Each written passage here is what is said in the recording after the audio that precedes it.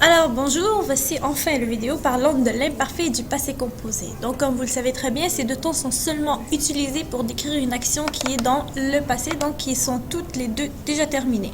Alors, comment savoir quand utiliser l'imparfait? Alors, l'imparfait est utilisé dans trois situations. Premièrement, la description, donc quand on veut décrire quelqu'un ou quelque chose, un lieu, un endroit, donc c'est un lieu, ou un habillement, ou peu importe. Ou bien si on veut décrire une habitude, une répétition, donc on te parle de quelque chose qu'on fait souvent, qu'on fait tout le temps, qu'on fait toujours, donc ce sont des mots-clés à chercher. Ou bien quand on parle d'une action inachevée, comme quand je dis par exemple je faisais mes devoirs quand mon frère m'a interrompu, donc il y a eu quelque chose qui a fait que tu as arrêté ton action. Elle est inachevée, qui veut dire non terminée.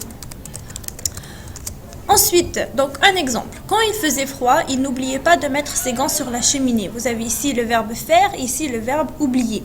Pourquoi est-ce que le verbe faire est à l'imparfait quand il faisait froid? Tout simplement parce que dans ce cas-là, c'est une description. Je te décris quand, donc c'est quand il fait froid.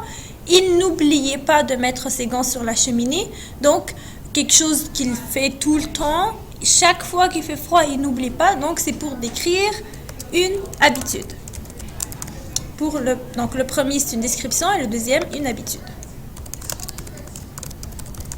Voilà. Ça c'est pour l'imparfait. Maintenant, pour le passé composé, on va l'utiliser pour les actions dans le passé encore une fois, mais qui font avancer l'histoire et des actions précises et contrairement à l'imparfait qui sont cette fois-ci achevées.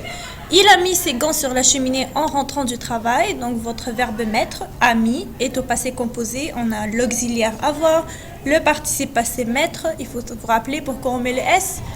Parce qu'au féminin c'est mise, donc il y a un S muet. Alors, c'est une action qui est terminée, mais qui est arrivée juste une fois. Ça a fait avancer ton histoire. Il l'a fait et c'est fini. Il passe pas 1 heure à mettre ses gants sur la cheminée.